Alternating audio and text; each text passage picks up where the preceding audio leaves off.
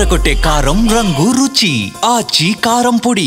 చాలా కాలం తర్వాత power star Pawan Kalyan అభిమానుల ఆకలి తీర్చిన సినిమాగా ఓజీ పలు రికార్డులు క్రియేట్ చేసింది. అసలు రిలీజ్ కి ముందు ఈ సినిమాకు వచ్చిన హైప్ తోనే ఫ్యాన్స్ కు పిచ్చెక్కిపోయింది. అంతకు తగ్గట్టే సినిమా కూడా ఉండటంతో పండగ చేసుకున్నారు. ఓపెనింగ్ డే నుంచి ఇప్పటి వరకు పలు రికార్డులు బ్రేక్ చేస్తూ దూసుకుపోయింది ఓజీ. 11 రోజుల్లోనే 308 కోట్లకు పైగా కలెక్ట్ చేసి ఈ ఏడాది అత్యధిక వసూలు చేసిన సినిమాగా నిలిచింది. అలాగే థర్డ్ వీకెండ్ వరకు మంచి వసూళ్లు రాబట్టింది. ఇక ఇప్పుడు దాదాపు థియేట్రికల్ రన్ క్లోజింగ్ టైం వచ్చేసినట్టే.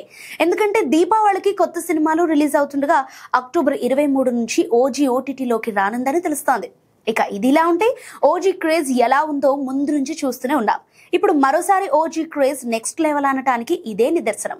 ఓజీతో భాగస్వామ్యమైన ఓ గ్లోబల్ టెక్నాలజీ వినోద రంగంలో ఎంట్రీతోనే రికార్డు బద్దలు కొట్టి టాక్ ఆఫ్ ది ఇండస్ట్రీగా నిలిచింది. ఓ content based website online platform ఓజీతో భాగస్వామ్యం కాగా ఖాతా ఓపెన్ చేసిన 42 గంటల్లోనే 60 దేశాల్లో 1 మిలియన్ యూజర్స్ చేరిపోయారు.